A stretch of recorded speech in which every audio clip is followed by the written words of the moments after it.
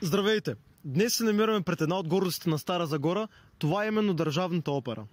Оперното изкуство бележи своето начало през 1925 година с операта Гергана на маестро Георги Атанасов и след това веднага операта на Трибадур от Джузепе Верди. Постепенно дейността на нашата опера се развива и се разширява. Представя се чуждо изкуство, до тогава непознато на българите, което подбужда интерес от тях. Въпреки трудностите, поставени от Втората световна война, тя не прекъсва своята дейност. През 1946 година България поема изцяло издръжката на Старозагорската опера.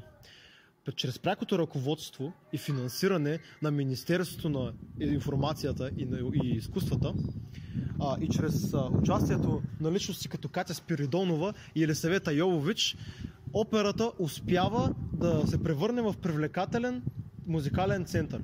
Също така, все по-често и по-често се показват произведения на български композитори.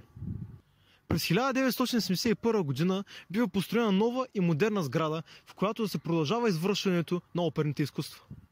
С новия ремонт вече имаме възможност да представим цялото богатство на балетно-оперния репертуар. Сградата на операта се хвали също и с това, че е първа по големина на Балканския полуостров. През 1971 година тя бива опожарена, като са изгорени много ценни предмети, като важни декори, костюми и други видове реквизити. Преустановява се нейната дейност в синдикалния дом. След дълги години на дарения, най-сетне през 2009 година ремонтът приключва. И през 2010 година на деня на Стара Загора, 5 октомври, отварят отново врати с постановката Кармен на Жорж Бизе. И сега в наши дни Държавната опера разполага с богат запас от оперни, оперетни, балетни и детски спектакли и симфонични концерти. Като нашия театър също така е гостувал и на чуждестранната сцена, а именно в Европа и в Америка.